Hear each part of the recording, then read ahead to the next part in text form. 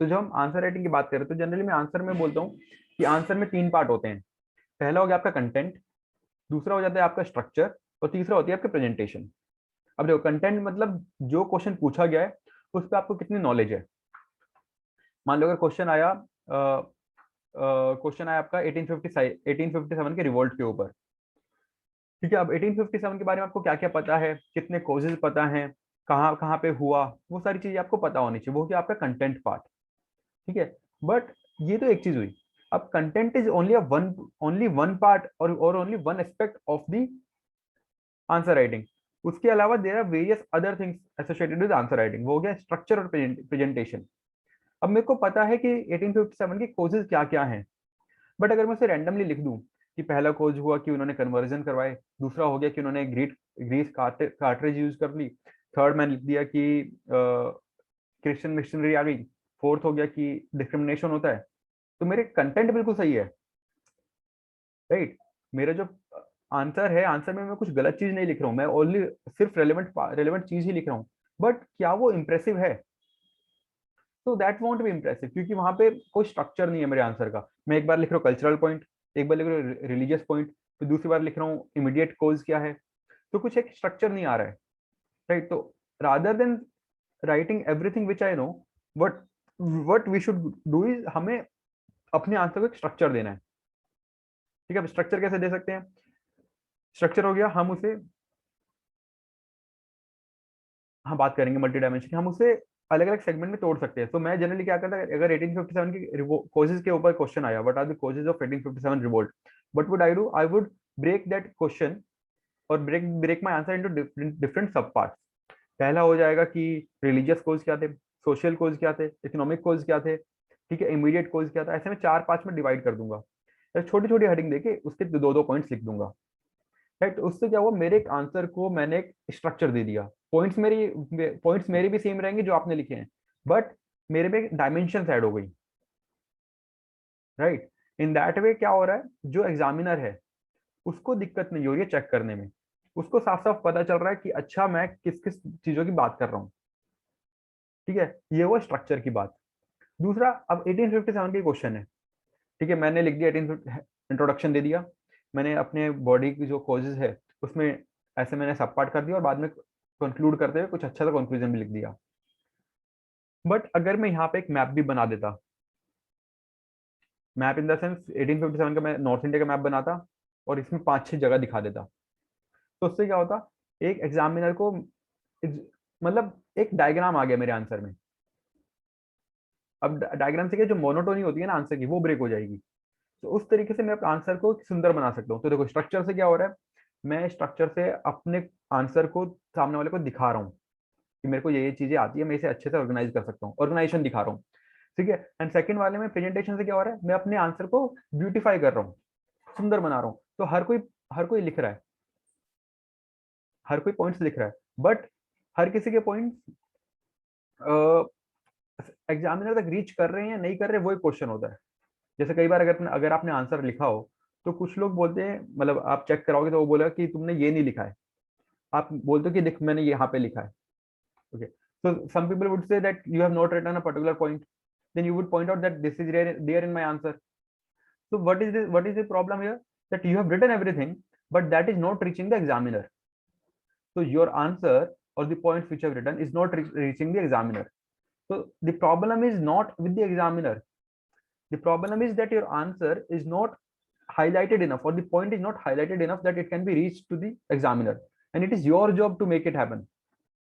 The better it is for the evaluator, the easier it is for the evaluator to read your answer, the better marks he'll award you, because you are making his task easy, right. So our purpose while writing an answer should be twofold.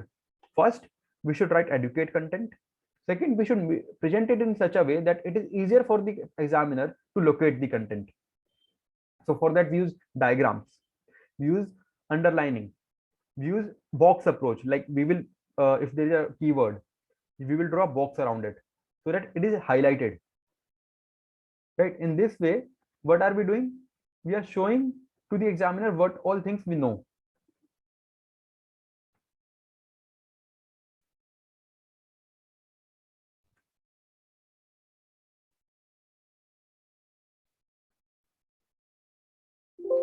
हाँ, ठीक है. So these are the three basic things in an answer. So these three things I talk in almost every answer writing session. That first is the content, second would be the structure, and third would be the presentation. Now on all these 3 points we will have little discussion. So first of all, for those people who are writing mains this time, so if you're writing mains and if your syllabus is left, or if your syllabus is still incomplete, then you would be under tremendous pressure that how are you going to cover the syllabus. So for them, I would say just two things. First is that even if a syllabus is not complete, but what you can do, you can read the model answers. So simply get some test series from the market and read the model answers. Model answers are really very good when it comes to content. Model answers are very good when it comes to content. So they are filled with content. They would have adequate content, that too quality content, but they will not have structure and presentation. They lack that point because they're basically printed thin. So you won't get any diagram, any good diagram there. You won't get any flow chart there. So for that, you will need to do something else. But model answers are really very good for content. So read model answers, right? Second, I would say that because you are writing mains, you have cleared prelims. You are writing mains because you have cleared prelims. So you already have good content to write a good answer.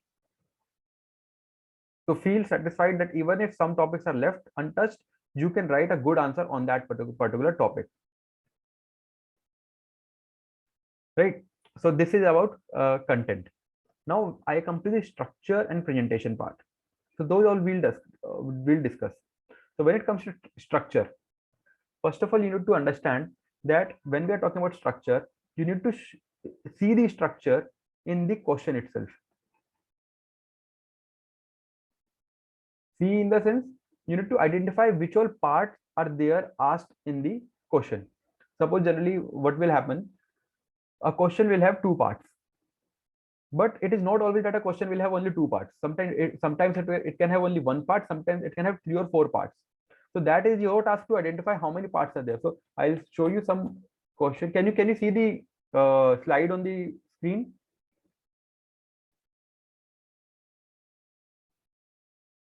Screen पे slide दिख रहा है? Good. Take this question. This is a good question. Now read this question and try to make structure of this. So I guess all of you are having pen and paper. So make a structure of this. I'm giving you 2 minutes. Make a rough structure.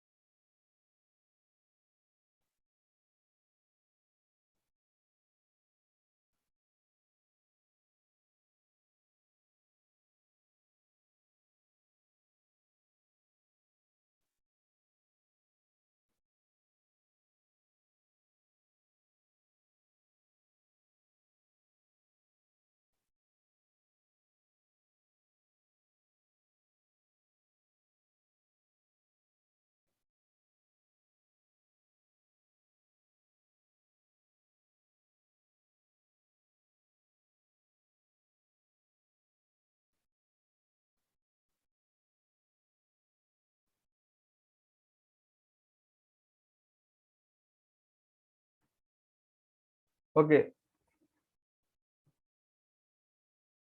Okay. So I hope with this, at least you have made a rough structure of this. You have got hold of the question, right? Should we proceed?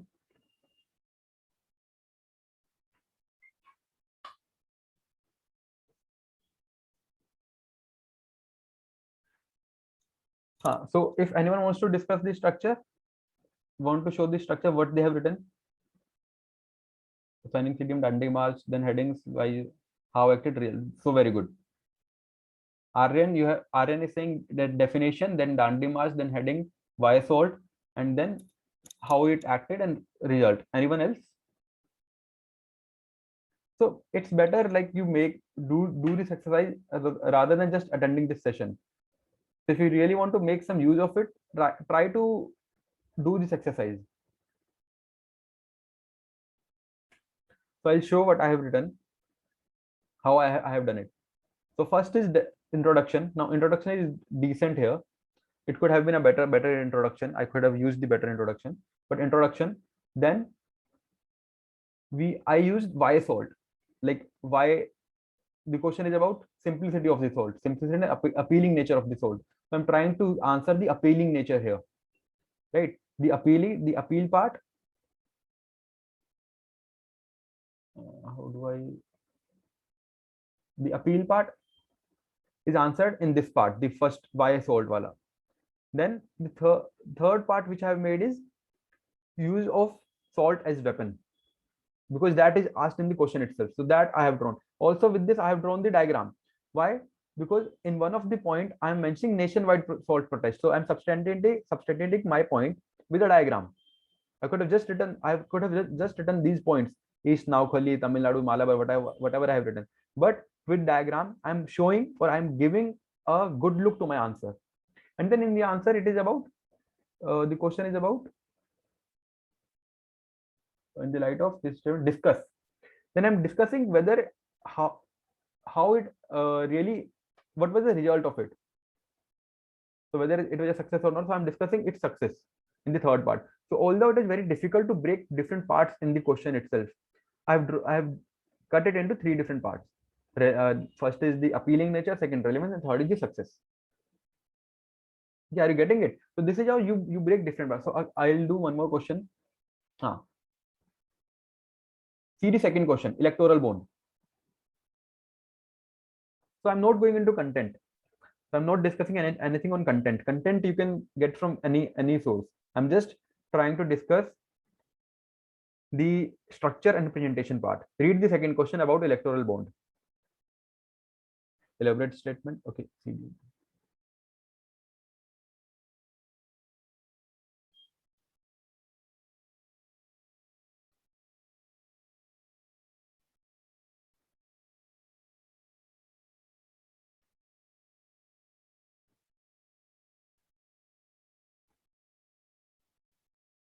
Define, then benefits, then concerns, then way to make it good. Okay, very good structure, Drishti.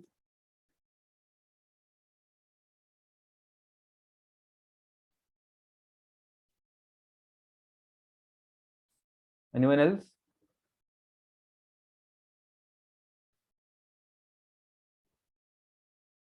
What are TK? Why were they introduced? Concerns, benefits, suggest. Good. Intro, benefits, concerns, contrast, positive introduction.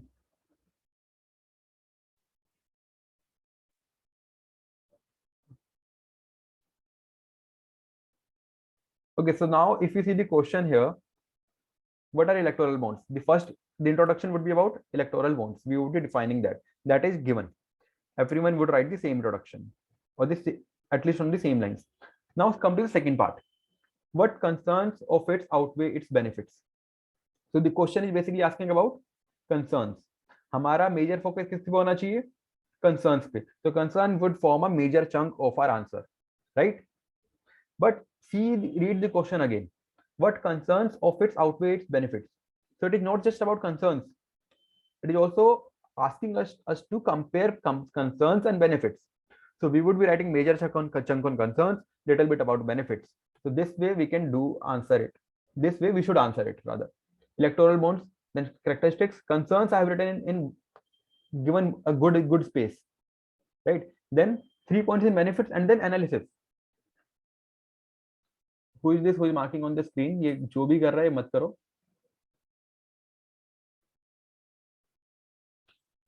हाँ, अब यहाँ पे मेरे को जो 2 चीजें बतानी थी. देखो, पहला सबने बोला इलेक्टोरल बॉन्ड के बारे में डेफिनेशन देंगे, then we'll go to the benefits और कंसर्न्स. बट यहाँ पे आप मेरे आंसर में देखो, मैंने एक बॉक्स ऐड करके क्या लिखा है? Characteristics, right? Now this through this characteristics पूछे गए थे क्वेश्चन में? नहीं पूछे गए थे. तो एक तरीके से ये एक फालतू की चीज है, ये एक एडिशनल चीज है. but is this relevant to the answer? This is relevant. This is quite relevant to the answer because the question is directly about electoral bonds. So this is an add-on feature. This is a part of structure, or which we can say implied structure. एक ऐसी चीज जो कि question में नहीं पूछी गई है, बट आपको बतानी चाहिए. बताओगे तो अच्छा रहेगा, नहीं बताओगे गलत नहीं है. But if you answer it, if you add such kind of description, that is adding to your answer. So this kind of thing I want to show, that there are some parts in the structure which are hidden. So when we are asking about electoral bond, we should mention about characteristics. When we are talking about, say, what do you mean by Constitution of India? Or what is Constitution of India? Constitution of India. Then we should give salient features in a box or in 2-3 lines. Right? Why? Because it is making your definition wholesome. It is not just about definition. You want to show what all you have, right? Then concerns I have written, benefits I have written, and then the last part I have written is analysis. Read the question again. But concerns of its outweighs benefits, analyze. Question is analyze. So this I have shown concerns I have written, benefits I have written, and analysis also I have shown. So this is how you give structure to your answer. Are you getting my point? How do you give structure? So many people say ki I have written everything in my answer. These points, or you can write even better points than I have written. You can have better points than in concerns and benefits. But I'm not here discussing the content. Your content could be very good, but the point here is, Asim, this is I'm saying content I'm not discussing. You might have better content than I have written, but the point which I'm trying to make is content is only one part. Question was about analysis, critically analyze. This is my critical analysis, which I have written in the last, like second last page, that last part of the second page. I have written concerns, I have written benefits, and then I compare both. I have given characteristics which has not been asked directly in the question, right? These are the things I want to show, that through this you fetch 1 mark extra. So it is not just about number of points, it's how you present your points. So this was the question. The diagram was the added feature, right? The breakup of the question was added feature. So see this question now. First question, RCEP. Now in RCEP, I will not discuss anything on content. In RCEP, I just want to show one thing, the diagram. I just want to show you diagram. So RCEP has how many members?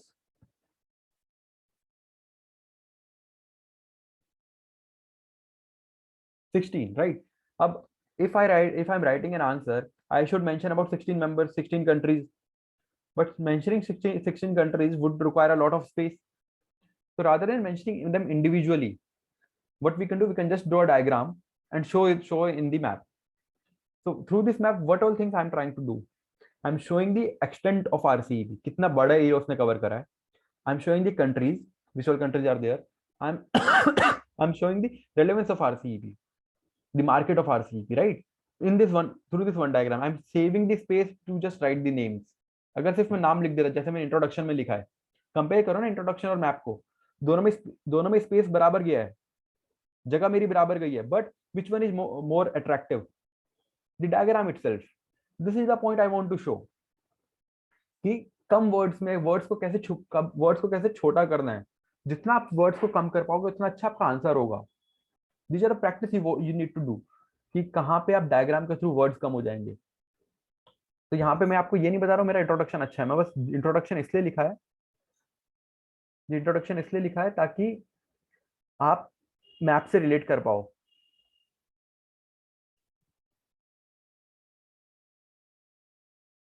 और ये red line जिसने भी लगाई है वो हटा दो.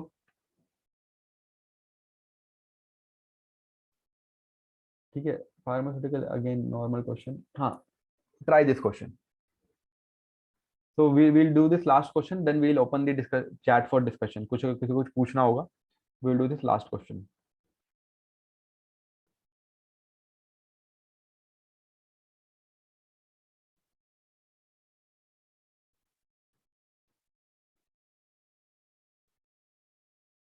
Thank you, Aman.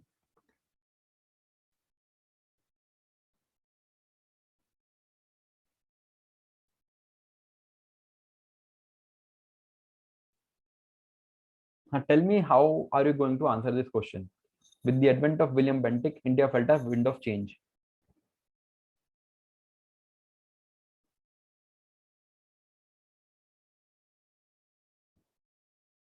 देखो, I have share my answer copies on the channel itself, मैंने चैनल पे भी शेयर कर दी हैं। But the purpose of this session was to, कि आपको समझ है कि आंसर कॉपी से करना क्या है, आंसर कॉपी से आपको चीजें उठानी क्या है। मतलब आंसर कॉपीज तो आपको सबकी सारे टॉपर्स की मिल गई होंगी अभी तक, but how are you going to extract things out of them? सिर्फ पढ़ना नहीं है उन्हें, उनसे सीखना क्या क्या चीजें, वो मैं आपको बता रहा हूँ यहाँ पे। मतलब मैं ये नहीं बता रहा हूँ मेरा आंसर बहुत अच्छा है, बट जो चीजें मेरे को अपने आंसर में अच्छी लगती हैं वो मैं आपको हाईलाइट कर रहा हूँ। ओके, ठीक है, आंसर आने शुरू हो गए हैं। अबाउट बेंटेक चेंजेस अकर, हाँ वो तो बेसिक तो यही, हर कोई ये रहेगा थोड़ा। Background on Bentinck, India social situation, his reform, ठीक है, नॉर्मल है।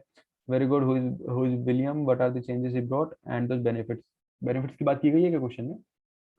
ठीक है, good, good try. Body wind of change, and then finally similarity with larger British policy. Okay Bharat Tiwari, a nice conclusion you have given. मतलब मेरे को अच्छा लगा आपने वो जो एक नया एंगल देने की कोशिश की। ममता, गुड ट्राई। राज, आपका तो आंसर कंप्लीट नहीं है। About him, India before Bentinck. Aryan, आपकी अप्रोच बहुत अच्छी है, बट इतना लिख पाएंगे क्या, वो मेरे को डाउट है, स्पेस के देखते हुए, स्पेस और time. But it did how, मतलब आपने तो सब कुछ ही लिख दिया है, ये इतना लिख पाएंगे फिजिबल है नहीं है, वो मेरे को डाउट है। सोशल एडमिनिस्ट्रेटिव चेंजेस, ठीक है, introduce William Bentinck, very good. ये कौन है? Madhur, Madhur very nice. ठीक है, Dhirendra good. Jimba, a good try, Jimba very good try. Jimba, Madhur थोड़ा आप इलेबोरेट करना चाहो तो प्लीज करो, how how are you going to do it? ठीक है, BALR जो भी है, अच्छा अच्छा लिखा है। Background of Darshan, fine enough. बहुत सारे आ गए हैं, इतना तो नहीं ले पाएंगे हम। How is policy were in line with,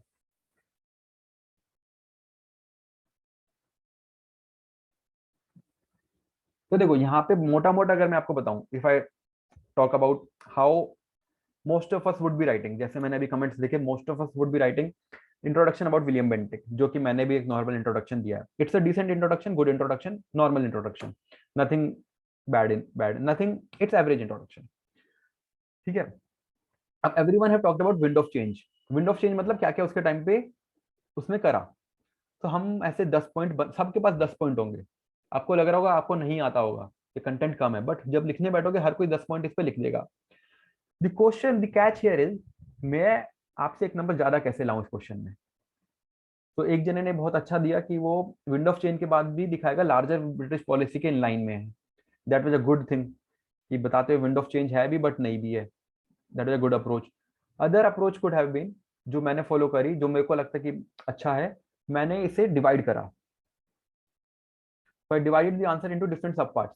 legal change क्या है, सोशल चेंज क्या हो, पॉलिटिकल चेंज क्या हो, इकोनॉमिक चेंज क्या हो, अदर चेंजेस क्या हुए। तो इस तरीके से मैंने अपने आंसर को एक स्ट्रक्चर दिया, मतलब स्ट्रक्चर के अंदर सब स्ट्रक्चर बना दिया। अब ना मेरे पास कितने पॉइंट्स आ गए, मेरे पास अराउंड 10 पॉइंट मैंने यहाँ पे लिखे हैं। तो मैंने इन्हें एक लॉजिकली अरेंज कर दिए। राइट, अब इससे क्या हुआ, मेरा आंसर हैप्पीजैड नहीं है। तो इट्स नॉट लाइक कि मैं पहले बता रहा हूँ 1833 हुआ, फिर मैं बाद में बता रहा हूँ प्रिंसली स्टेट्स की रिस्पेक्ट करनी शुरू हो गई, फिर मैं बाद बता रहा हूँ टैक्स टैक्स में कुछ चेंज कर दिया, फिर मैं दोबारा आ रहा हूँ कि उसे गवर्नर जनरल ऑफ इंडिया बना दिया। अब इट इज वेरी हैप्पीजैड, मेरे यहाँ पे स्ट्रक्चर आ गया।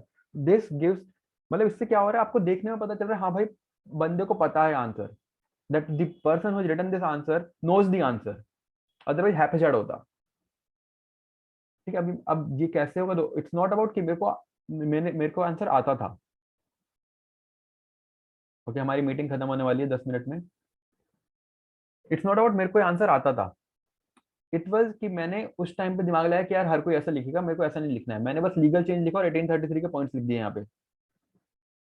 मैंने कुछ नया नहीं लिखा, 1833 के 3 पॉइंट्स लिखे हैं जो सबको आते हैं। मैंने सोशल चेंज में जो दो लोगों का सबको आता है वो दो लिख दिए हैं। मैंने ट्राई करा लिखने का, तो this answer took me more than 7 minutes, but एक अच्छा आंसर बन के आया। राइट, तो in this way you should try कि आप अपने आंसर में क्या अच्छा कर सकते, सिर्फ आपको उल्टी नहीं करनी आंसर में, आपको भागना नहीं है आंसर में कि मेरे को 7 मिनट में कंप्लीट करना है, मेरे को अच्छा आंसर लिखना है। तो कोशिश करो, जब आप प्रैक्टिस कर रहे हो, that you right a good answer, you work on your answer. ठीक है। यहाँ पे एक और चीज किसी ने पूछा है कि हमें क्वेश्चन आता ही नहीं है, कंटेंट ही नहीं है, तो कैसे करें।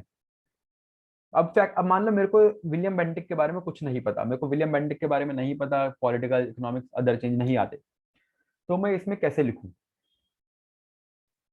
तो देखो मैंने, अगर मेरे को नहीं पता है, मेरे को 1833 तो पता है, 1833 तो सबने रट्टा मारा ही है ना, राइट। तो व्हाट आई कैन डू, अब मेरे को फैकम फैक ही करना है, मेरे को आता नहीं है, बट मेरे को क्वेश्चन छोड़ना भी नहीं, I don't want to leave this question, but I don't know the answer to this. So how can we do? I'll just take 1833 and I'll write 5 points of 1833. Why? Because 1833 Act was during William Bentinck. So whatever changes were there in it were there due to 1833 Act, but during the tenure of William Bentinck, we can relate those changes to William Bentinck. So I'll write 1833 के points. In case I know nothing, जो मैंने बाकी बकवास लिखी है, अगर मेरे को बाकी पॉइंट्स लिखे अगर मेरे को नहीं आते, then I'll just write 1833.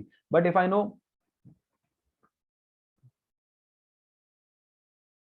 हाँ मतलब आई एम जस्ट गिविंग, मैं ये नहीं कह रहा हूँ जो मैं बोल रहा हूँ सही है, अगर मैं बता रहा हूँ अगर नहीं आता तो मैं आंसर कैसे लिखूंगा।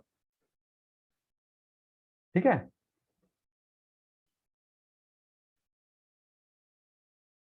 चलिए अब यहाँ पे विल जस्ट रैप अप। अब किसी को कुछ पूछना हो तो दे कैन आस्क।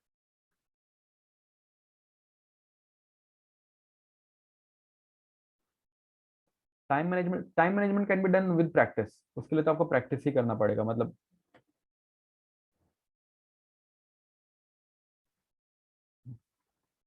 इनफाइनाइट। अरे B L thanks. How to start. बच्चे वही तो मैं आज बता रहा था कि लिखना शुरू करो, अपना आंसर लिखना शुरू करो, फिर मॉडल आंसर पढ़ो, बाकी के आंसर से कंपेयर करो। Today call so that I get to know how to write in future, but can you please guide from। ठीक है, मतलब अभी तो मीटिंग खत्म हो रही है, फिर उसके लिए कभी और सेशन ले लेंगे, अभी तो खत्म होने वाली है मीटिंग। डेफिनेटली, मतलब मेरा अभी यही है कि अभी जब तक एफसी नहीं होता है, एफसी 5 दिसंबर से शुरू हो रहा है, तब तक मेरा है कि जो स्पेशली मेंस लिख रहे हैं उनके एक अच्छा खासा कंटेंट मिल जाए, कैसे करना है, हम लोगों ने कैसे करा है, वो थोड़ी गाइडेंस मिल जाए। Can you please. मैं तो कर रहा था यार, मतलब I use both blue and black pen, अगर आप मेरी आंसर शीट देखोगे, मैं आपको दिखा भी रहा हूँ एक आधा आंसर, उसमें मैंने दोनों ब्लू और ब्लैक पेन यूज करा है, हेडिंग के लिए ब्लैक पेन और अ, वैसे ब्लू पेन, जैसे यहाँ पे देख लो आप। यहाँ पे इस वाले क्वेश्चन में देखो मैंने ब्लू, ये मेरे ऑलमोस्ट एग्जाम के बहुत पास के आंसर हैं। इसमें देखो ब्लू ब्लैक आपको अच्छे से दिख रहा होगा, ब्लू ब्लैक आपको अच्छे से दिख रहा होगा, राइट, ब्लू ब्लैक इसमें बहुत अच्छे से दिख रहा होगा, तो मैं ब्लू ब्लैक दोनों यूज कर रहा हूँ, मैं कॉम्बिनेशन ऑफ बोथ यूज कर रहा हूँ। अच्छा अभी 2 पेन, हाँ एग्जाम में भी 2 पेन यूज करे, ब्लू और ब्लैक दोनों यूज करे, तभी तो यहाँ पे प्रैक्टिस करी ना, वरना क्यों करता। बच्चे किसी भी कोचिंग का करो, वो अच्छा होना चाहिए, मतलब अच्छा ही होता है सारे कोचिंग का। तो अगर आप किसी भी कोचिंग करो, रिलीजियसली फॉलो करो बस। Sir from where can we get mains content for history. यार एंशियंट का तो मैं सोच रहा हूँ एक सेशन ही ले लूँ पूरा। एंशियंट के मेरे को लगता है मैंने अपने नोट्स अच्छे बना रखे हैं, तो वो नोट्स ही मैं डिस्कस कर लूंगा कि मैंने नोट्स में कैसे करा है। वो आप एक बार देख लेना कब करना है सेशन। मैं तो सोच रहा हूँ एंशियंट का एक पूरा सेशन ले लूँ, मेरे को अपने नोट्स अच्छे लगते हैं एंशियंट के।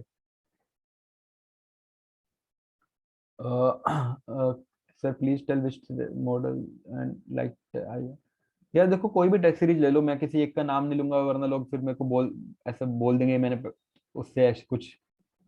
तुम किसी का नाम नहीं लूंगा, जोन सी भी ले रहे हो अच्छी, सब अच्छी होते हैं, बस जो भी ले रहे हो अच्छे से कंप्लीट करना, बीच में मत छोड़ना, फेथ करना कि वो अच्छे क्वेश्चन देगा, एंड कोई भी लो अच्छा ही होगा।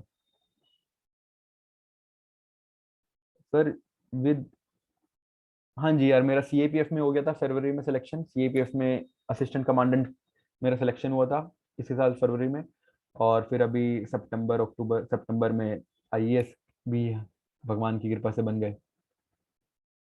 देखो मैं ये दिखा रहा था अपने एंशियंट के नोट्स। इस तरीके से मैंने बनाया है, मतलब पूरा क्या कहेंगे उसे सेट टेम्पोरल उसमें कि किसका कंटेम्प्रेरी कौन था और उसके टाइम पे क्या क्या मेजर पॉइंट्स हुए। जैसे पुष्यभूति का कंटेम्प्रेरी ये था, चालुक्य थे, पल्लव थे, और उनके टाइम पे क्या क्या मेजर पॉइंट्स थे, तो मैंने इस तरह के नोट्स बनाए हैं। तो मैं चाहता था एक बार डिस्कस कर लूँ ये चीज।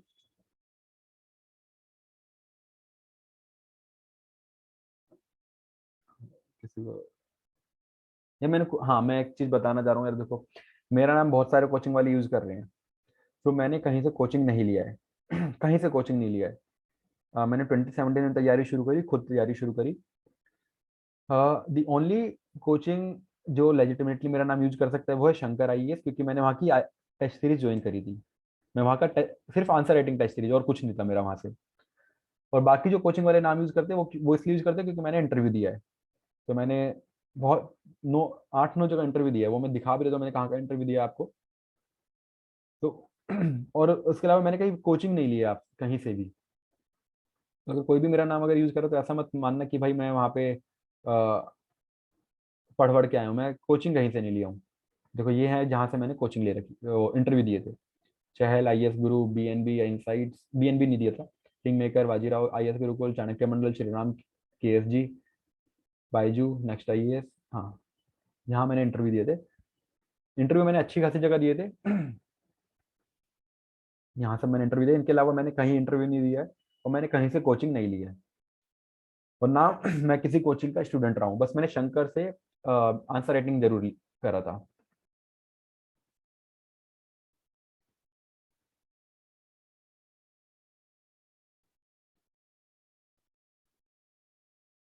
हाँ, मैं लॉ लॉ ऑप्शनल के नोट्स हमने एक पूरा जो लॉ से क्लियर करे हैं सबका, हमने एक सीएसई पे एक पेज बनाया है, वहाँ पे हमने अपने नोट्स वोट्स सब शेयर करे हैं।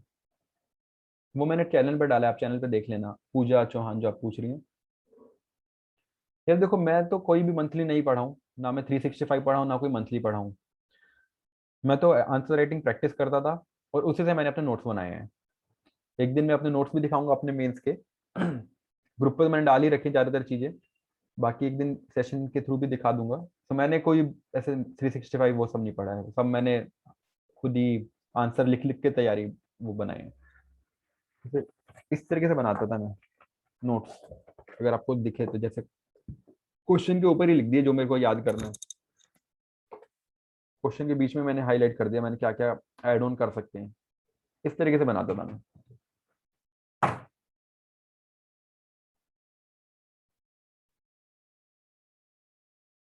चलिए तो आज का सेशन यहीं पे खत्म करते हैं। I hope you like it, and again a very happy Choti Diwali and happy Diwali in advance. किसी को कुछ भी हो तो we can connect over the Telegram channel and the group. ठीक है, चलिए, बाय बाय।